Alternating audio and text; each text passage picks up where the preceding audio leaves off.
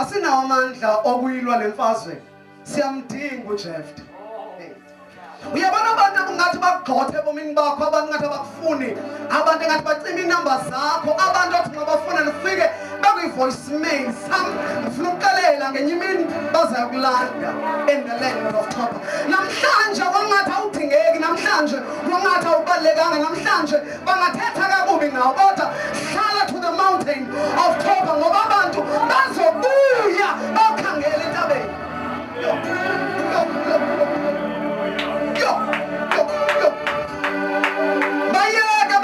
Bayeka bakunikela umfa, bayeka bakuthuke, bayeka.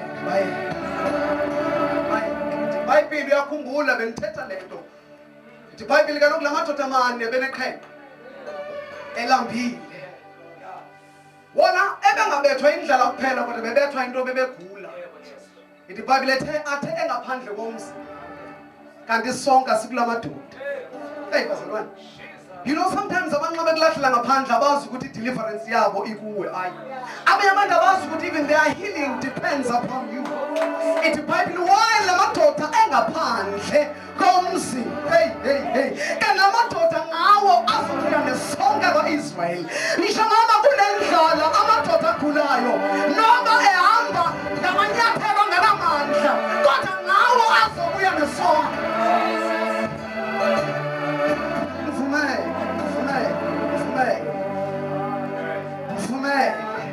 iBhayibheli noma bemgxothile khona ingoma yayiculwa kaMaskandi awunangayazi ethi sumbulalo uzomdinga, kanti ngisho noma bemgxotha nje uJephthah bazomdinga. Awunangayazi. Number 3.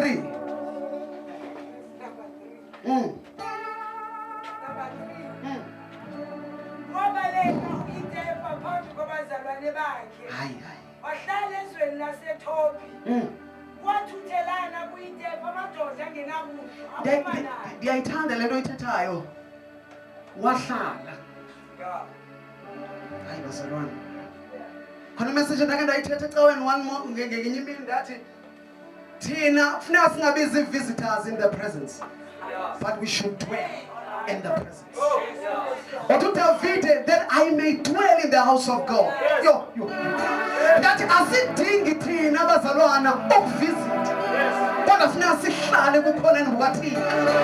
Ithi iBhayibheli nayo uJephthah uthe xa efika kwizwe lakaThoba wahlala. He settled in the land of Toba. Ngoba kwilizwe lakaThoba akudingi ama-visitors, kodwa kudinga abantu abazohlala. But while I am in the land of Toba, ngilapho uzothatha amandla.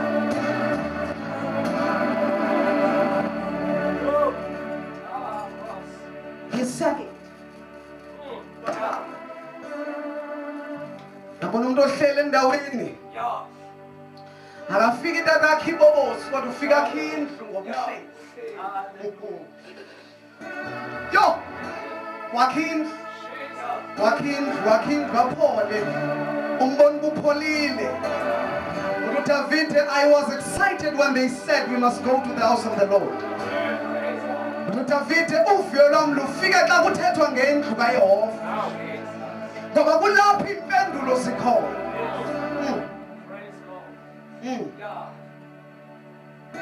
Verse number 4. Kwathi kwakuba nsuku balwa onyana bakaHamoni nonyana bakaSerayeli. Kwathi kwakuba besilwa onyana bakaHamoni namaSerayeli. Amadoda aseGiliyadi ayothabatha uJephthah ezweni laseThobi athi kuYephthah, yiza ube ngumphathi wethu silwe nonyana bakaHamoni. Mamela bathi nxa bethi banengxaki kodwa kufuneka kuyolandwa lo muntu ebegxothile. Andithi CV yakhe ayikhonhle.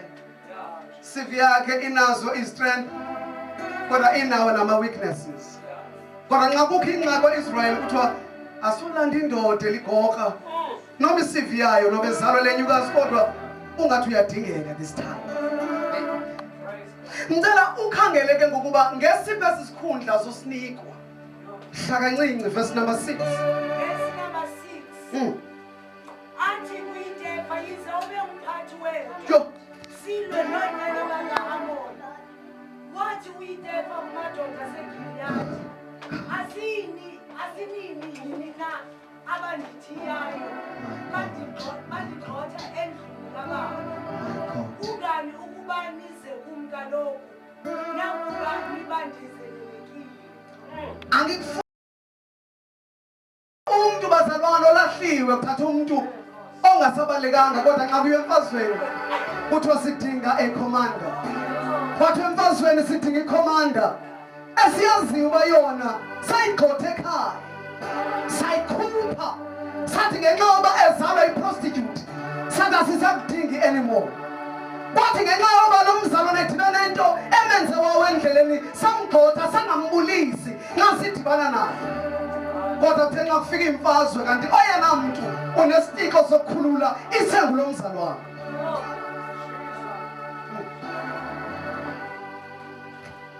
Ngase ngikubize usekude.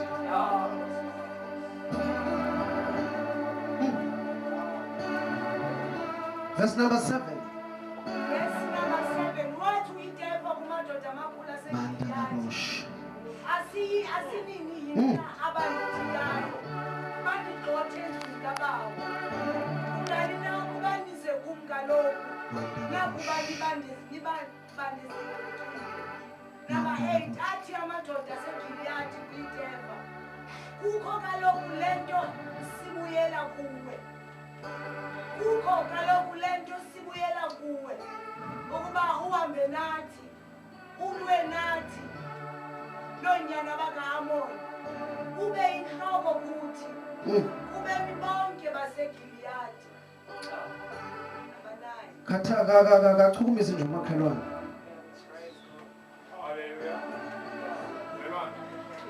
Makhelwane usekude.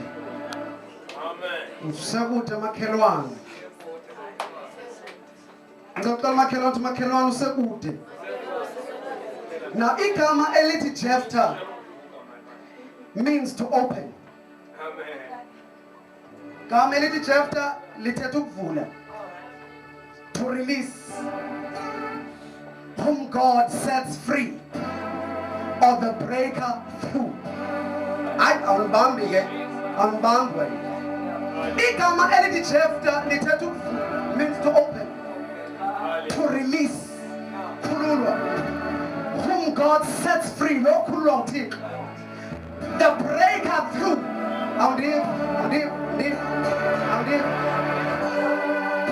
Lelizwe lifunda imihla ngemihla. Uyalifunda imihla ngemihla. Anifumele nje ngqokola, nifumele ngqokola. It is Bible, though I walk through. I walk. Asibantu thina babanjwa lifu lethunzi lomnyama. But we are walking through. Now, uthenoba umama emzala uJephthah engumntwana. Wathi kodwa lo mntana ngumntana wokuvuka. Ngumntana wokukhulula. Kulowo uThixo amkhulule wakhuleka. Wathi khulu uJephthah noma bembuka njengoba engumntwana angazalelwa ngemtshadweni wathi kodwa into ebehluke ngayo ngumuntu wokukhulula. I am somebody ozisa inkululeko kubantu basekhaya. Wahlala uJephthah bathi noma bemsakwizwe laseThoba kodwa wathi nakwizwe laseThoba I am somebody who brings freedom. I'm somebody avulayo apho kuvalwe khona. Ngumuntu owenza izinto zivuleke ngoba igama lami lithetha ukuvula.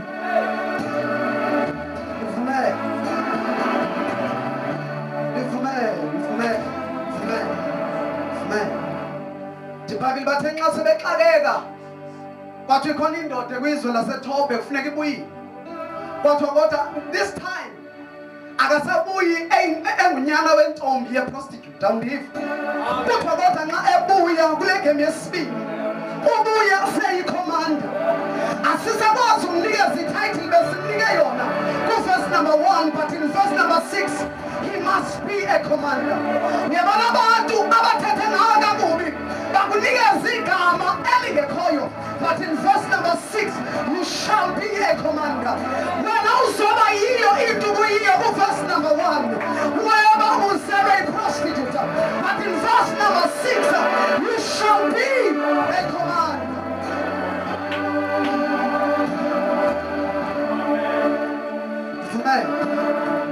Vume. Yamthanda uThixo unento yokujika amagama. Unento yokuguqula amagama uThixo. IBhayibheli one day ngiyancokola namhlanje. Ngoba umuntu ongathi akazophinda bekho mhlawumbe uyombona ngoJune lonyakazayo. IBhayibheli naye kaloku uSawuli ukhe wahamba wabheka eDamasco. Wasifumana incwadi wasithatha. Wathi ndinayo i-authority yokutshutshisa.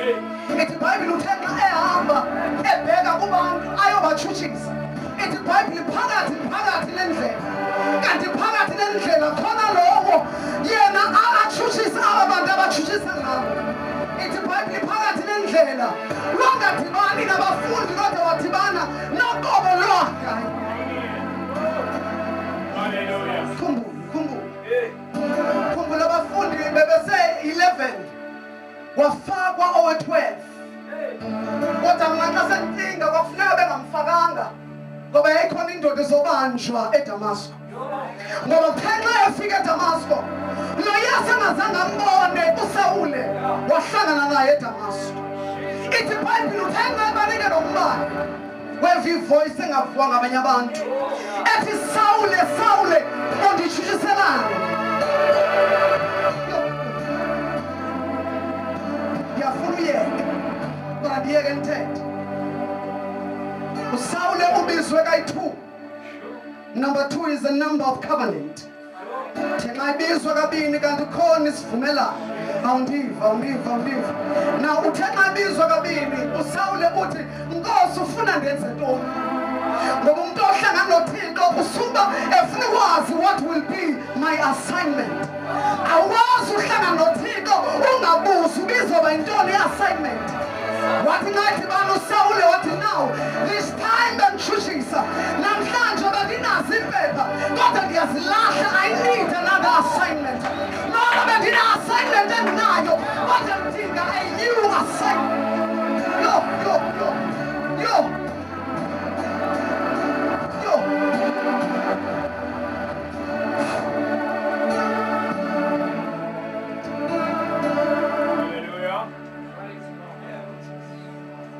What I put assignment on the left hand side.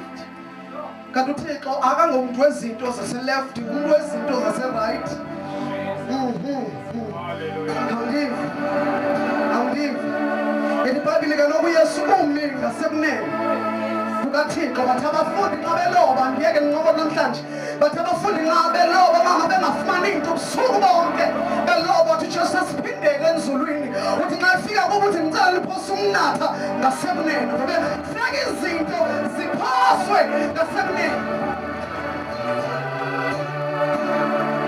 Andiyazi ubomi bakho buxakwe yintoni, andazi isimo sakho kodwa ngicela umnatha usiwe on the right hand side.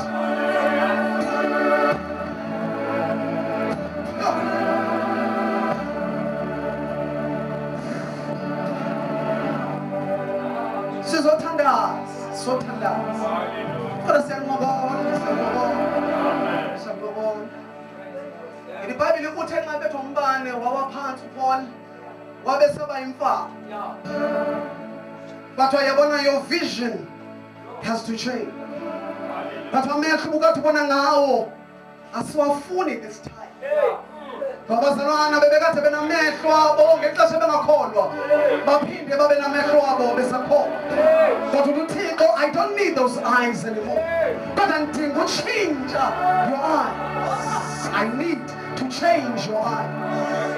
IBhayibheli uthe nxa evuka apho insuku eyintathu ebengatye ngabo 3 days. Awumamelanga wena. Awumamelanga. 3 days engathi engabo. God the Father, the Son, and the Holy Spirit. IBhayibheli ngosuku lesithathu uJesu uphumile engcwabeni. Awundiva. Kanti IBhayibheli kwafuneka kuthunyelwe indoda engwananini. Uthuananiya nxa ethunyelwe athi le ndoda ondithuma kuyo ingumtshutshisi iyafana noJeftha. Yafana noJeftha ayintlanga i-CV yakhe. Ayintlanga i-CV yakhe uSawule. Kodwa uThixo uyamthanda uThixo.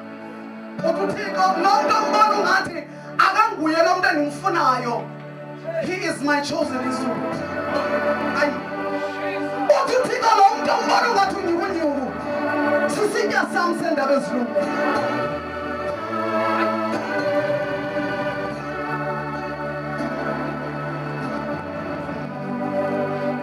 Uyakuvumela nishumayele kuwe.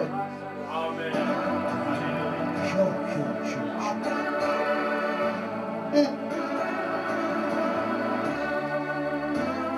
Akuthixo into yokhetha abantu abangafanele babakhethwe.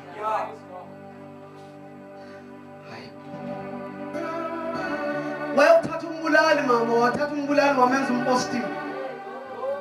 Wathatha indoda ezalwa iprostitute wayenza icommand.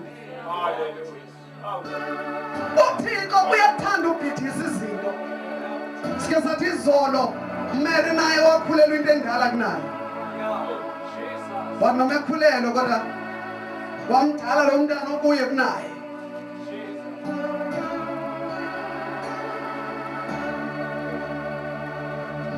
Netendence uThixo yokhetha izinto bekufuneka bakazikhethi. Azikhethi uThixo. Akhetha uThixo ungafundanga, unga-understand bakuthina uzoma phambi kwabantu abafundile ushumayela. Akhetha uThixo. Yamthanda uThixo akajonge nesithobo. uThixo uhamba ayokuthathela umfundiso omfutshane. Uba mawukhokhelwe nguye ngoba uThixo ma ekhetha akakhethi njengabantu. Awundivi. uThixo akuyeke ukhokhelwe inkokheli. Uba ungumuntu wenyama umuntu oyijongela phansi kodwa ngenxa kaThixo ayinyusa uThixo ibe ngumuntu omayo ngawe emithandazweni. Ngoba uThixo nxa ekhetha ukhetha ngeyakhe indlela. Uyabona uThixo akafani nalamabhiskithi ekuthiwa ngama-choice assorted. Ngoba ama-choice assorted ukhetha leyo uyifunayo. Kukhona amakhalazi ngamakhalazi. Kodwa uThixo ukhangela inhliziyo nxa enyulayo. Ngivumele. Ngivumele. Verse number 8. Sizofana. Praise be to God. Sure. Ukhokha lokhu lento sibuyela kuwe. Ukuba uhambe nathi ulwe nonyana bakaAmoni. Ube inhloko kuthi. Ube bonke baseGiliyadi. Verse number 8. Ngobani ababaya kuye? Qala nje phambi 8. Ithi iBhayibheli the elders of Gilead said to him. Wabizwa ngabantu abakhulu bekhaya bebencedise kumgxotheni. Kodwa etata izinto zimbe ekhaya.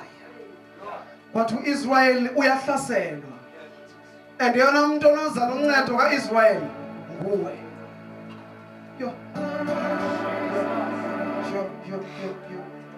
You know, andazi uba nithetha nabani namhlanje ndingangathunywa unonke. Kodwa ukhona umuntu omnye ndithetha naye. Khona umuntu omnye ndithetha naye. Ngoba khona abantu bazalwana abagxothwayo, khona abantu abalahlelwa kude. Ngenxa yoba ngeli xesha khona izinto ezibabethileyo. Kodwa ngicela ukuthi nxa abantu bekulahlela ngaphandle, ngicela ukhangele intaba yaseThoba. Uyazi intaba yaseThoba ingeke kulapho sithatha khona amandla. Kulapho kubuyiswa khona izinto zethu. Yabona abantu nxa besiyeka sifike kwintaba yaseThoba. Kulapho sibuya singengabo abantu besingabo kuqala. Ndiyayithanda iBhayibheli ithi unyana walahleka wathatha isheri yakhe utata wakhe wayithatha waya kwilizwe likude wabe sefike ichithe idla khona yaphela. Kodwa ithi iBhayibheli uthe ngenxa yoba ngoku beseyingekho imfundo kuye ona msebenzi bekhwalifayela wona ukwalusa ihagu. Ithi iBhayibheli noba ehleli nehagu ezalusa kanti le ndoda isekhona ingqondo. Ngivumele. Ithi iBhayibheli uthe elapho iBhayibheli yesingesi ithi he came to his senses. Wabe sezibuza uba ndingubani kanene. Bangaphi abaqeshi bakabawo badikwa izonke ngoba noma ndilapha nje I belong khona apho ndibelonga khona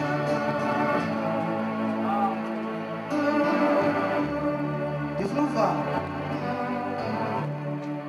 uthomnye umfundisi uba uqaphela xa uleka umuntu ungamleqi athi acinge kwakuyingozi umuntu ocingayo Chona ungamsukela umuntu ungamsukeli athi acinge ngoba nxa efika ku stage sokucinga kulapha dangerous khona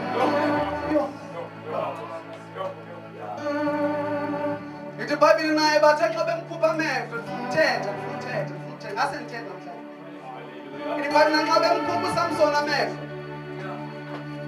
zange bambulale they should have killed him bangamkhuphi nje amehlo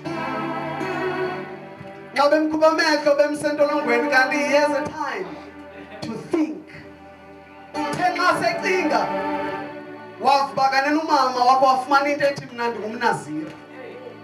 Umnandi ngumahlulo kaThixo ekuzalweni nasekufeni. Ngekuba bebene chance ngeke ndibulele. Kodwa ngenxa yoba ndingumnazire noba namhlanje ungathi iinwele azikho namehlo akekho. But the minute bendise olweni there shall be chaos in the home ngoba khona abantu abazofa xa kufika olweni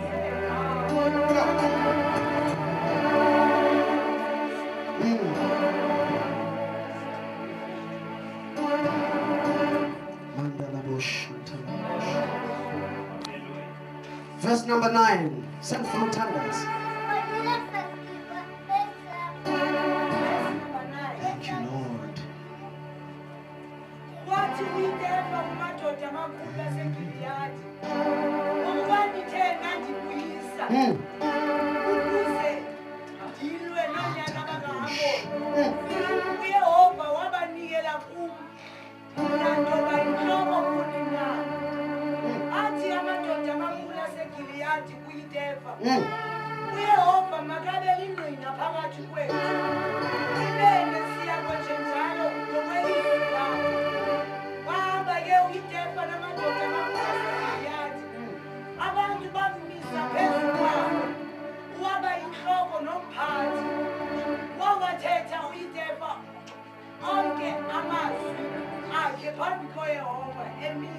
Vumele ke nibesenvala nibesenthetha into ezimbalwa nibesenvala ngicela nivumele ngithi your weakness will be your crown lento engathi iyo le ekubethayo nabantu abakujonga ngayo izoba sithaba sakho ngomso ngivumele ke namhlanje ngithi kuwe noma uJeftha ebezalwa iprostitute kodwa uThixo ubemazi into amfunela yona uThixo bemazi balomuntu nguye ozokhokhela ama-Israyeli so namhlanje nivumele ngithethe nawe ngithi khona izinto ebomini abantu abahlangana nazo khona izimo ngezimo ezenza ukuzethemba kwabo kuhle kube kwilevel lapho abangaziyo khona bathi nxa bezijonga bangaboni uba kukhona into ebhetere engaphumayo kuyo kodwa nivumele iBhayibheli lithi ubukhozo lwengqololo emhlabeni luthi lungafi luhlala lungavezi into nawe ubuKristu engakwenzanga wafa kuwe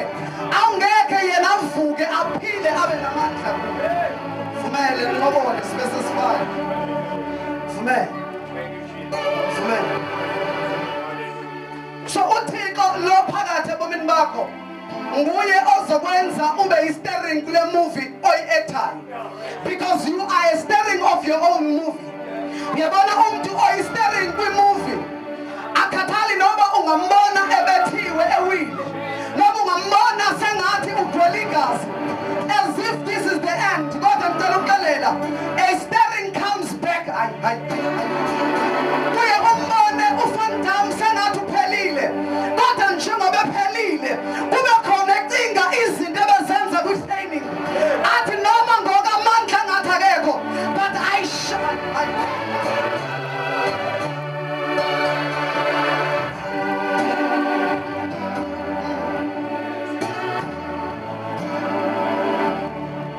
so iBhayibheli lithi noma uJeftha sebemlahlile sentabeni ekwintaba yokulahlwa kanti umuntu kaThixo akalahlwa Nxa umuntu elahliwe kaThixo kulapho ane-encounter noThixo. Uyakhumbula uba sithe ngenye imini sathi naye uJacob udibene noThixo nxa engekhoyo ebantwini. Wahlangana noThixo, umuntu ohlangana noThixo akahlangani noThixo phakathi necrowd. Kodwa khona indawo apho ahlangana khona noThixo, apho athola khona amandla akhe. Nivumele ngithethe enye into engihluphayo kwezinsuku. Ithi iBhayibheli ukhe amadoda kaThixo athumela izipayi ezimbili eJerikho kwindlu kaRahabi. Athe nxa zifika kwindlu kaRahabi, nivumele nxa zifika kwindlu kaRahabi, ngisho ngoba uRahabi ebeyiprostitute, wangawagcini lamadoda kumagumbi ebegcina kuwo amanye amadoda, kodwa wawasa to the upper room. Nivumele wabe sekhangela i-upper room. Ithi iBhayibheli nxa efika kwi-upper room wakhangela i-ceiling.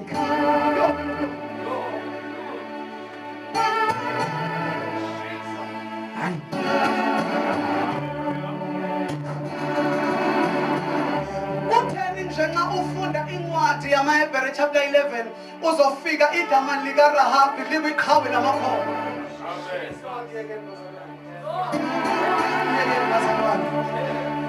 Utheni? uThixo unyula izinto zobudenge zalomhlaba to shame the wise. Hayi. uThixo uthatha thina abazalwana singenawo ama-CV, singenazo i-background, kodwa uThixo athi you shall be a commander. Nizoba ngabantu abahambisa umyalezo. Sithi nxa sizibheka sithi akhona ebhetere, athi uThixo neluhlobo labantu endilileyo kule generation. We are the Joshua of the time. We are the Joshua of the time. uThixo bevule amanzi. uThixo bevule amanzi ngoMoses. Uzowavula nangathi. Ithi iBhayibheli uthe nxa uJoshua engena esikhundleni, ngivumele sendiyafaka. Uthe nxa engena esikhundleni ngabazawela the Jordan River. Wathi uJoshua, I am not satisfied ngebala endilive ngoMoses, kodwa I need my own testimony. Sizowela olwandle, kodwa this time things shall be. Imathodi izawushintshwa. There shall be no road. Akukho ntonga this time. Yo. Ithi iBhayibheli bakhona inyeya, bakhona abaLevi, bafuneka bathwale, bafuneka bangene emanzini. Bathi nxa bangene emanzini avuleke amanzi, ababalqala amanzi, abanye amanzi ababalqala. Ngoba siwumneli ubugcina bayizolo. Sithi ngoba namhlanje we need a fresh testimony. We need a fresh anointing. Sithi kuqhubeka namhlanje.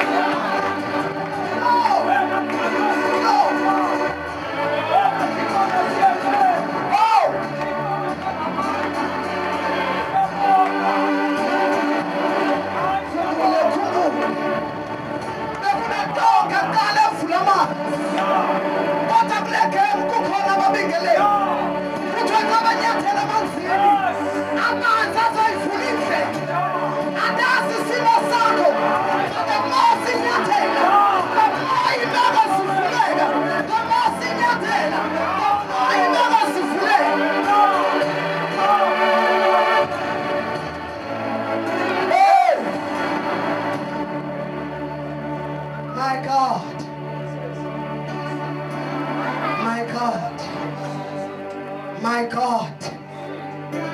Oh! Sebewelile. Basebeqokelela amanye. Basebewabeka. Yo. Hayi. Yo, bathatha amanye. Thatha amanye.